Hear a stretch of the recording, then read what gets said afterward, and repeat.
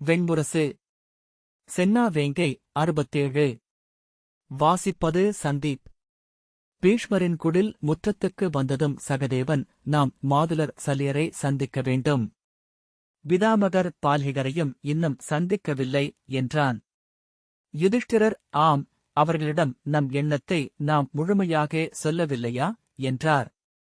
சகதேவன் திரும்புவதற்குள் அஸ்வத்தாமன் அருகே வந்து, மதுர நாட்டரசர் சலியர் தங்களுக்காக இன்னொரு குடிலில் காத்திருக்கிறார் அரசே. பிறருடன் சேர்ந்து தங்களை சந்திக்க அவர் விரும்பவில்லை. அந்நிலையில்தான் இல்லை என்று மறுத்துவிட்டார் என்றான். ஆம், அதுவே முறை என்றார் யுதிஷ்டிரர். அஸ்வத்தாமன் அவர்களை யானைத்தோல் இழுத்து கட்டப்பட்ட கூடாரத்திற்கு அழைத்துச் சென்றான். வாயிலில் மதுரநாட்டு இளவரசர்கள் ருக்மாங்கதனும் ருக்மரதனும் நின்றிருந்தார்கள். யுதிஷ்டிரர் அணுகியதும் அவர்கள் கைகூப்பியபடி வந்து வணங்கி, இந்திரபிரஸ்தத்தின் அரசருக்கு நல்வரவு. இத்தருணம் மூதாதையர் மகிழ்வதற்குரியது. தந்தை தங்களுக்காக காத்திருக்கிறார் என்றார்கள். யுதிஷ்டிரர், ஆம், மீண்டும் குருதிச் சுற்றத்தினருடன் ஒரு தருணம். தெய்வங்கள் உடனிருக்கட்டும் என வாழ்த்தினார். வருக என அவர்கள் உள்ளே அழைத்துச் சென்றார்கள். குடிலுக்குள் மாந்தோலில் சலியர் அமர்ந்திருந்தார். யுதிஷ்டிரர் கைகூப்பியபடி உள்ளே சென்று நிலம்படிய வணங்கினார். நீ தேடி வந்தது நிறைவளிக்கிறது மைந்தா. உனக்கு நன்று நிகழ்க. நீ வெல்க என்றார் சலியர். பீமனும் அர்ஜுனனும் நகுலனும் சகதேவனும் அவரை வணங்கி வாழ்த்து கொண்டார்கள். யுதிஷ்டிரர், போருக்கு முன் மூத்தோர் வாழ்த்து அமைய வேண்டும் என விழைந்தேன். அது நிகழ்ந்துள்ளது. இனி எனக்கு உளக்குலைவே இல்லை என்றார். சலியர், நீ முறை தேர்பவன் என அறிவேன் என்றார். அவர் உள்ளூர நிலை குலைந்திருப்பதை உத்தரன் கண்டான். அவர் மேலும் ஏதோ பேச விழைந்தார். அதை உடனே தவிர்த்தார். அதை உணர்ந்தவர் போல யுதிஷ்டிரர், மூத்தவரே, நீங்கள் உங்கள் நாட்டுக்கும் குடிக்கும் உகந்த முடிவை எடுத்ததில் எனக்கோ இளையோருக்கோ எந்த உளவிலக்கும் இல்லை. அரசன் என் நிலையிலும் அரசன் என்றே எண்ணம் கொள்ள வேண்டும் என நூல்கள் சொல்கின்றன. தாங்கள் பிற அனைத்தையும் விட நாட்டு நலம் நாடியதில் நான் பெருமையே கொள்கிறேன் என்றார். சலியர் முகம் மலர்ந்து, ஆம், நான் நாடியது மதுரத்தின் நன்மையையே. இன்று நான் க்ஷத்திரிய பேரவையில் மூத்தோன் என அமர்ந்திருப்பது அம்முடிவால்தான். இப்போருக்குப் பின் எவரும் நாங்கள் க்ஷத்திரியர்கள் என்றால் மாற்றுரைக்க மாட்டார்கள் என்றார். பீமன், அத்துடன் நீங்கள் உங்கள் உள்ளத்துக்கு உகந்தவனின் உடனிருக்கிறீர்கள் எனும் நிறைவும் உடனுள்ளது என்றான். சலியர் ஆம் என்றதுமே பீமன் குறிப்பது பிறிதொன்று என உணர்ந்து கொண்டு புருவம் சுருங்க ஏறிட்டு நோக்கினார். புரியாமல் உத்தரன் அவர்களிருவரையும் மாறி மாறி நோக்கினான். யுதிஷ்டிரருக்கும் அங்கே நிகழ்ந்தது புரியவில்லை.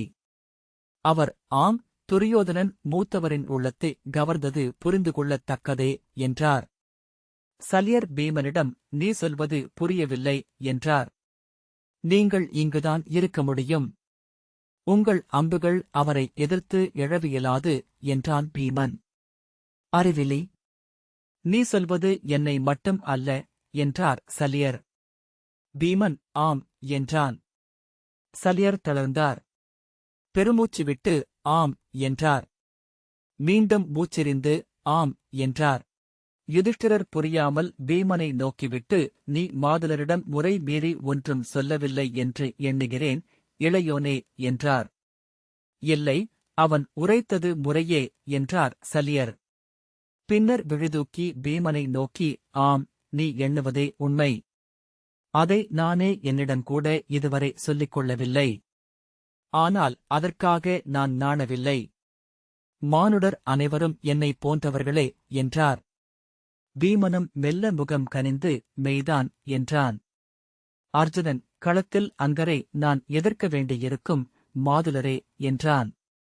ஆம் என சொல்லி கூர்ந்து நோக்கினார் சலியர். அங்கர் களம்புகுந்தால் அவருடைய விற்திறனுக்கு நிகராக இங்கே தேர்தளிக்க எவருமில்லை.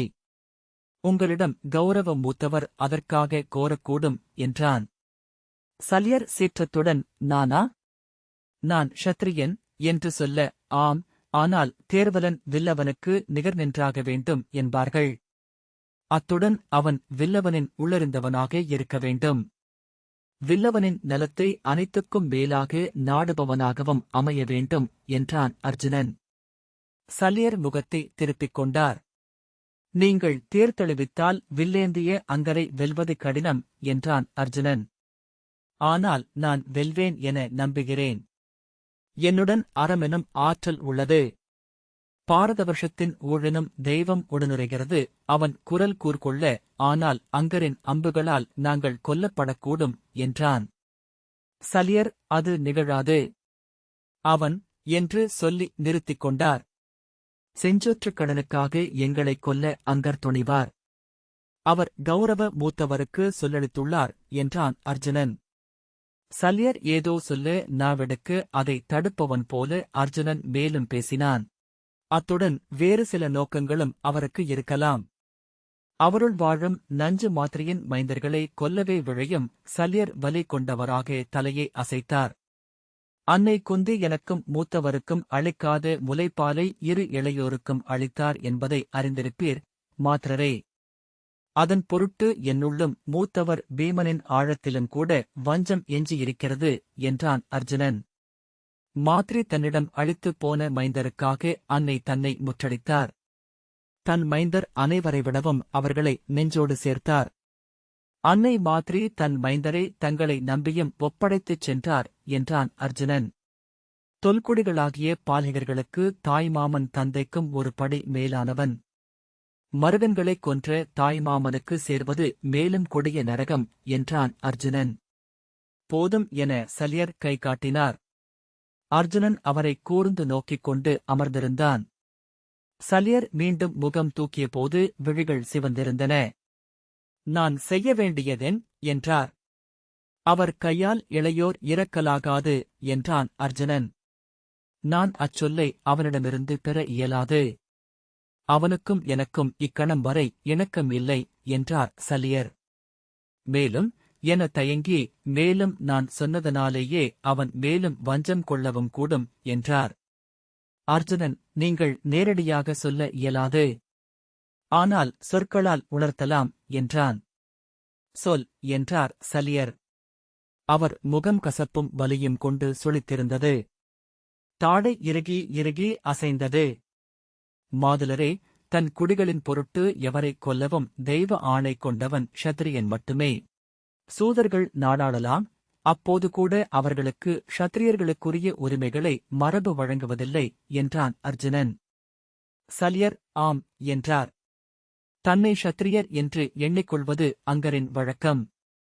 அவர் சூதரே என நினைவூட்டுக என்றான் அர்ஜுனன். சல்லியர் எங்கு என்றார். களத்தில். அவர் அம்புகளே கையில் எடுக்கையில் எல்லாம் என்றான் அர்ஜுனன். சல்லியர் ஆனால் என்றபின் நிறுத்திக் கொண்டார். பெருஞ்செயல் புரிந்து புகழ்கொள்பவர்களின் பிழைக் கொலைகளையும் தெய்வங்கள் பொறுத்தருள்கின்றன. ஆனால் பெருஞ்செயல் என்பது அறத்தின் பொருட்டு இயற்றப்படுவது. நட்பின் பொருட்டோ குருதியின் ஆணையாலோ போரிடுபவன் பெருஞ்செயலாற்றுபவன் அல்ல, பிறருக்கு பணிபவன் எந்நிலையிலும் ஏவலனே. அதை அவருக்கு சொல்லுங்கள் என்றான் அர்ஜுனன். சல்லியர் படைமுகத்தில் அவற்றை சொல்வதென்பது என தொடங்க, ஆம், உளவிசையை அழிப்பது, சினமுழச் செய்து சித்தங்குலைப்பது. ஆனால் பெருவீரர்கள் அவற்றால் உலைக்கப்படுவதில்லை. காற்று மலைகளை அசைப்பதில்லை என்றான் அர்ஜுனன். மாதுளரே, சில படைக்கலங்களை சற்றே கூர்முழங்கச் செய்வதே அப்படைக்கலங்களை ஏந்துபவர்களுக்கு நல்லது. நீர்க்கப்பட்ட நஞ்சே மருந்தாகிறது என்றான். சல்லியர் நெடுநேரம் சரிந்த விழிகளுடன் அசைவிலாது அமர்ந்திருந்தார். பின்னர் கலைந்து நிமிர்ந்து நோக்கி, பெரும்பழி சேர்ப்பது மூதாதையரும் தெய்வங்களும் உகக்காதது. ஆயினும் செய்கிறேன். என் இளையோள் பொருட்டு என்றார். கைகளை விரித்து, இவ்வண்ணம் இரு முனைகளில் சிக்காமல் இப்போர்க்களத்தில் எவரேனும் உள்ளனரா? தெய்வங்களே என்றார். யுதிஷ்டிரர் அவரை புரியாமல் நோக்கிய பின் அர்ஜுனனை பார்த்தார். நான் இதை தங்கள் சொல்லுறுதியாகக் கொள்கிறேன் மாதுளரே என்றபின் அர்ஜுனன் எழுந்து கொண்டான். சல்லியர் அசைவிலாது அமர்ந்திருந்தார். அவர்கள் மீண்டும் வணங்கி வெளியே செல்லும்போது யுதிஷ்டிரர், என்ன சொன்னாய் இளையோனே? உங்கள் நடுவே நிகழ்ந்த உரையாடல் எனக்கு புரியவில்லை என்றார். புன்னகைத்த அர்ஜுனன், அதை புரிந்து கொள்ளும் கரவு உங்களுக்கில்லை, மூத்தவரே, என்றான். சகதேவன், அவர் சொன்ன அச்சொல் நன்று. ஆனால் அது எங்கள் பொருட்டென்பது நாணச் செய்கிறது, என்றான். அர்ஜுனன் பீமனிடம், மூத்தவரே, அவர் தன் சொல்லை கடைப்பிடிப்பாரா? போர் என்பது மெல்லுணர்வுகள் மழுங்கி இருள் தெய்வங்கள் மேலெழும் வெளி, என்றான். பீமன் புன்னகைத்து, உறுதியாக செய்வார். ஏனென்றால் அவர் இயல்பிலேயே அதை செய்யத்தான் விழைவார். அவ்வுறவு அத்தகையது, என்றான். புன்னகை விரிய, இப்போது அப்பழியை நம்மீது ஏற்றி வைக்க நாம் வாய்ப்பளித்திருக்கிறோம், என்றான். யுதிஷ்டிரர், என்னதான் பேசிக் கொள்கிறீர்கள், அறிவெளிகளே, என்று கூவினார். அர்ஜுனன், இதை புரிந்து கொள்வதை விட்டுவிடுங்கள், மூத்தவரே, என்றான். வீமன், அவ்வுறவின் 1000 பல்லாயிரம் முட்களில் ஒன்று கூட இதுவரை எழுந்திருக்காது, இளையோனே. ஏனென்றால் அவர்கள் தனியாக சந்தித்துக் கொண்டதே இல்லை. இப்போது போர் நடுவே ஒரு தேருக்குள் தனித்திருக்கப் போகிறார்கள். சூழ்ந்து கொந்தளிக்கும் படைப்பெருக்கு ஒரு மாபெரும் திரை. வந்தணையவருக்கும் இறப்புக்கான வாய்ப்பு அனைத்து தடைகளையும் விலக்குவது, என்றான். அவர்கள் அணுக்கமாக கூடும், என்றான் அர்ஜுனன். ஆம், ஆனால் உறவுகளில் முட்களெழுவதே மிகுதி, என்றான் பீமன். உங்களுள் உள்ள நஞ்சு அச்சுறுத்துகிறது, மூத்தவரே, என்றான் அர்ஜுனன். போதும். இனி இந்த புரியா பேச்சை நாம் தொடர வேண்டியதில்லை, என்றார் யுதிஷ்டிரர். நாம் இன்னமும் மூத்த பால்கிகரை சந்திக்கவில்லை, அர்ஜுனன், அதையும் அஸ்வத்தாமனிடமே கேட்போம், என்றான். யுதிஷ்டிரர் கையசைத்து அழைக்க அவர்களை அணுகி வந்து நின்ற அஸ்வத்தாமன் பால்கிகர் காலையில் இங்கிருந்தார். நாம் வந்து கொண்டிருக்கையில் எங்கோ சென்று விட்டார். தேடிக் கொண்டு வரும்படி பூரிசிரவசை அனுப்பியிருக்கிறோம், என்றான். யுதிஷ்டிரர், எங்கு சென்றார், என்றார். அவர் அங்கிருந்தே ஓர் யானை மேல்தான் வந்தார். அதன் மேலேயே பெரும்பாலான பொழுதுகளில் இருக்கிறார். அதன் மேலேயே துயில் கொள்வதுமுண்டு என்கிறார்கள், என்றான் அஸ்வத்தாமன். யுதிஷ்டிரர் புன்னகைத்தார். அஸ்வத்தாமனும் புன்னகைத்து, கவச உடைகளையும் கழற்றுவதில்லை, என்றான். அவர்கள் அங்கேயே காத்திருந்தனர். எவ்வளவு நேரம் நின்றிருக்க முடியும் என உத்தரன் வியந்தான். தொலைவில் ஓசை கேட்டதும் அஸ்வத்தாமன், வருகிறார், என்றான். எப்படி தெரிகிறது, என்றார் யுதிஷ்டிரர். அவரை படைவீரர்கள் வரவேற்கும் ஓசை கேட்கிறது. அவர் இங்குள்ள படைகளில் ஒரு போர்த் தெய்வமும் மூதாதை தெய்வமுமாக ஆகிவிட்டார். அவர் பொருட்டு மட்டுமே இப்படையில் கலை ஓசை எழும். அவர் செல்லும் வழியை அங்கே எழும் களிப்பு கூச்சலும் நகைப்பும் வாழ்த்துரையுமே காட்டும், என்றான் அஸ்வத்தாமன். உத்தரன் பால்கிகரைப் பற்றி அவன் கேட்ட செய்திகளினூடாக உருவாக்கிக் கொண்ட ஓவியத்தைக் காணத் தொடங்கினான். சுண்ணமலை போன்ற பேருரு பளிங்கு விழிகள், விண்ணேகிய மூதாதை நிறையில் இருந்து இறங்கி வந்தவர். அவன் உடல் மெய்ப்பு கொண்டபடியே இருந்தது.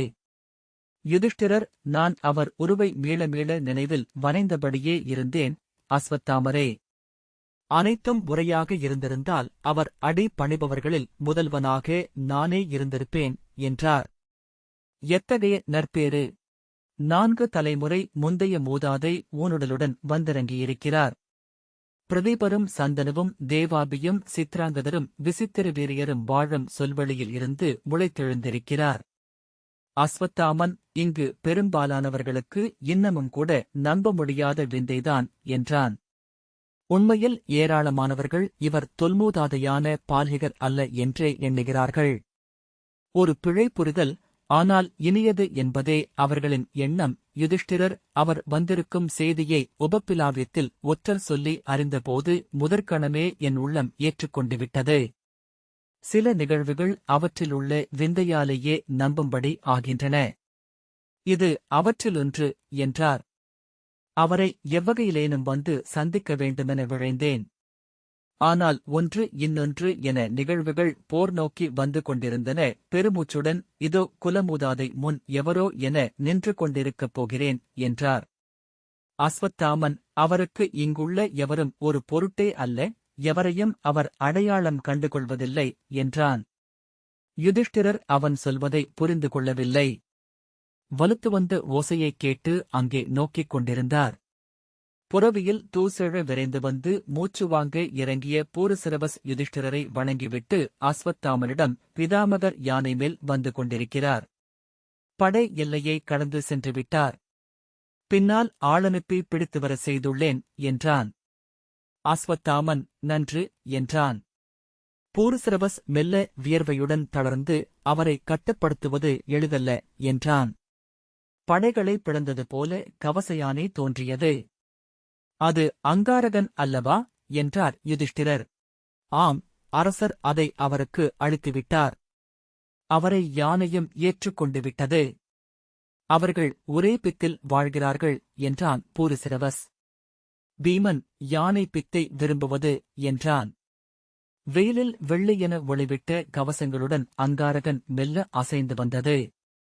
அதன்மேல் வண்ணங்களாக கௌரவப் பெரும்படை நெளிந்தது.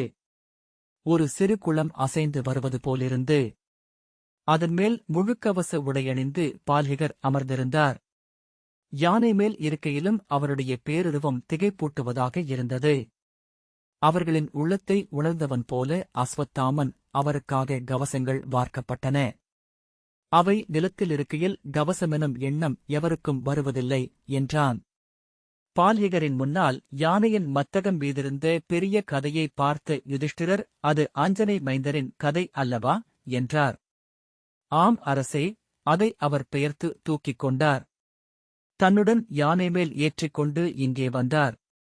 எப்போதும் உடன் வைத்திருக்கிறார். அவருக்கு ஒரு பொருள் மேல் பற்று எழுந்தால் இரவும் பகலும் அது அவருடன் இருக்கும் என்றான் பூரசிரவஸ். பால்ஹிகர் யானை மேல் ஒரு வெண்சுடர் என அமர்ந்திருந்தார். கவச உடையில் வானின் ஒளி நெளிந்தது. அவர்கள் அருகே வந்து கொண்டிருக்க பூரசிரவஸ், இங்கிருந்தே நீங்கள் வணங்கலாம். அவர் அறிந்து வாழ்த்துரைக்க வழியில்லை. அவர் வாழ்த்தினார் என்று கொள்ள வேண்டியதுதான் என்றான். யுதிஷ்டிரர், அது போதும், நான் அவரை வந்து வணங்கிச் சென்றேன் என்பதே எனக்கு நிறைவளிப்பது என்றார். யானை அருகணைந்ததும் யுதிஷ்டிரர் தலைக்கு மேல் கைகூப்பி வாழ்த்துக்க மூதாதையே என்று கூவினார். இளையவர்களும் அவ்வாறே வணங்கினர். பால்ஹிகர் அவர்களை நோக்கியபடி கடந்து சென்றார். அங்கிருந்த பல்லாயிரம் படைவீரர்களில் அவர் எவர் முகத்தையும் தனித்தறிந்ததாக தெரியவில்லை. யானை கடந்து சென்றதும் யுதிஷ்டிரர் பேருருவர். ஹஸ்தியின் உடல் கொண்டவர் என வியப்புடன் சொன்னார். நான் அவர் இத்தனை பெரிய உடல் கொண்டவர் என எண்ணியிருக்கவே இல்லை. சூதர்களின் மிகையாக்கம் என்றே எண்ணினேன். அவர்கள் ஐவருமே பால்ஹிகரின் பெருந்தோற்றத்தால் உளவிமிதம் கொண்டிருந்தனர். யுதிஷ்டிரர் தெய்வமெழுகே என்றல்லாமல் வேறெந்த சொல்லாலும் விண்டுரைக்க இயலாது என்று நடுங்கும் குரலில் சொன்னார். சொல்லி ஆற்றாமல் எந்தையரின் மண்வடிவம் என்றார். குரல் இடறியது. உத்தரன் அவர் முகத்தை நோக்கினான். அவர் அழுது கொண்டிருப்பவர் போல தோன்றினார். அங்காரகன் திரும்பி வருவதை பூரசிரவஸ்தான் முதலில் பார்த்தான். அவர் மீண்டு வருகிறார் என்றான். ஆம், திரும்பி வந்த இடத்துக்கே செல்கிறார் என்றான் அஸ்வத்தாமன். அங்காரகன் வந்து அவர்களின் அருகே நின்றது. முதலைவால் என செதில்கவசம் அணிந்து அதன் பெரிய துதிக்கை நீண்ட பீமனை நோக்கி மோப்பம் பிடித்தது. பால்ஹிகர் மேலிருந்தபடி தன் கவசமணிந்த கையை நீட்டி பீமனைச் சுட்டி பெருந்தோழன் என்றார். உன்னை நான் முன்னரே பார்த்திருக்கிறேன். பீமன் கைகூப்பி நின்றிருக்க யுதிஷ்டிரர், அவன் தங்கள் மைந்தன், மூதாதையே. உங்கள் பேர்மைந்தரின் மைந்தனாகிய இவன் பெயர் பீமசேனன். நான் இவன் மூத்தவனாகிய யுதிஷ்டிரன் என்றார். அச்சொற்களைக் கேளாதவராக பால்ஹிகர் பெருந்தோழன் என்று மகிழ்வுடன் சொன்னார். பீமன் வாழ்த்துக்க தந்தையே என்றான். பால்ஹிகர், நீ உன் உடன்பிறந்தாரை தூக்கிக் கொண்டு காட்டில் சென்று கொண்டிருந்தாய். எங்கே? ஆம், காட்டில். நான் ஒரு யானையாக காட்டுக்குள் நின்று உன்னை பார்த்தேன். நீ என்னை பார்த்தபின் கடந்து சென்றாய் என்றார். அதன்பின் பன்றி வடிவன் ஒருவன் என்னிடம் வந்தான். அவன் என்னிடம் கேட்டபோது நான் சொன்னேன், நான் உன்னை கொல்வேன் என்று. அல்லது அவர் குழம்பி அவர்களை மாறி மாறி நோக்கி, அல்லது அவன் என்னை கொல்வான் என்று சொன்னேனா என்றார். பீமன், இரண்டும் ஆகலாம் மூதாதையே என்றான். அவர் அவன் சொற்களையும் செவிகொள்ளவில்லை. பெருந்தோழன், ஆம், நான் உன்னை பார்த்தேன் என்றார். யானை துதிக்கை தூக்கி பிளிறியது. இரும்புத் திரளுக்குள் இருந்து அவ்வோசை உலோகம் உரசுவது போல் எழுந்தது. பால்ஹிகர் செல்வோம் என்றபின் அதைத் தட்டினார். அது முன்னால் சென்றது. அவர்கள் அவரை தொழுத கைகளுடன் நோக்கி நின்றனர். யானையின் அசைவு அது அணிந்திருந்த உலோக கவசங்களில் நிகழ்வது நெஞ்சுதொணுக்குறச் செய்வதாக இருந்தது.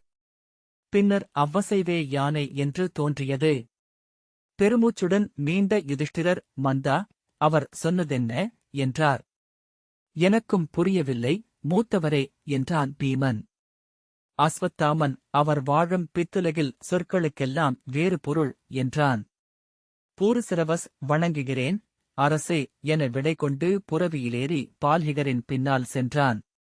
அவர்கள் தங்கள் தேர் நோக்கி செல்கையில் ஒரு சொல்லும் பேசிக்கொள்ளவில்லை. பீமன் தலை குனிந்து கால்களால் மண்ணை கீறியபடியே நடந்தான். தேர்களின் அருகே வந்தபின் உடன் வந்த அஸ்வத்தாமனிடம் அவர்கள் விடை பெற்றனர். தேரிலும் நகுலனும் சகதேவனும் பேசாமல் அமர்ந்திருந்தார்கள். எதிரே பாண்டவப் படை அணுகுவதைக் கண்டபின் நகுலன், பிதாமகர் நம் மூத்தவர் கையால் கொல்லப்படுவாரா என்றான். சகதேவன் மறுமொழி சொல்லவில்லை. ஆம், கொல்லப்பட்டாக வேண்டும். குலாந்தகன் என்று அவரை சொல்கிறார்கள். அவர் கொல்லும் குருதி அங்கிருந்தே தொடங்கும் என்றான் நகுலன் மீண்டும். சகதேவன் அதைக் கேட்டதாக தோன்றவில்லை. நகுலன் பெருமூச்சுடன், அவரைக் கொல்ல அவருடைய கை எழ வேண்டும். நெஞ்சோ துணிய வேண்டும். அதுவே தொடக்கம் என்றான். தேர்கள் நின்றன. நகுலன் இறங்கியபடி, அந்த மாபெரும் கதாயுதம் கௌரவ மூத்தவர் பிறந்தபோது உடன் கிடைத்தது என்பார்கள். அவரை அது கொல்லும் என்றும், போரில் அவருக்கு உடன் பிறந்தான் என துணை நின்று அவருடைய முதன்மை எதிரியை அது வெல்லும் என்றும் இருபார்ப்பட்ட கதைகள் உள்ளன. அதை பீடத்திலிருந்து எவரும் அசைத்தெடுக்கவியலாது என்றும், ஆகவே அக்கதைகள் எல்லாம் பொருளற்றவை என்றும், அதை கௌரவமூத்தவர் மும்முடி சூடி அரசமர்கையில் அரியணை முன் நிறுத்துவார் என்றும் காந்தாரர்கள் கூறுவதுண்டு என்றான். சகதேவன் ஆம் என்றான். மேலும் ஏதோ சொல்ல வாயெடுத்தபின் நகுலன் தலையசைத்து சொல்விலக்கிக் கொண்டான். உத்தரன் இறங்கியதும் தேர் விலகிச் சென்றது. இந்த வாசிப்பை கேட்டதற்கு நன்றி.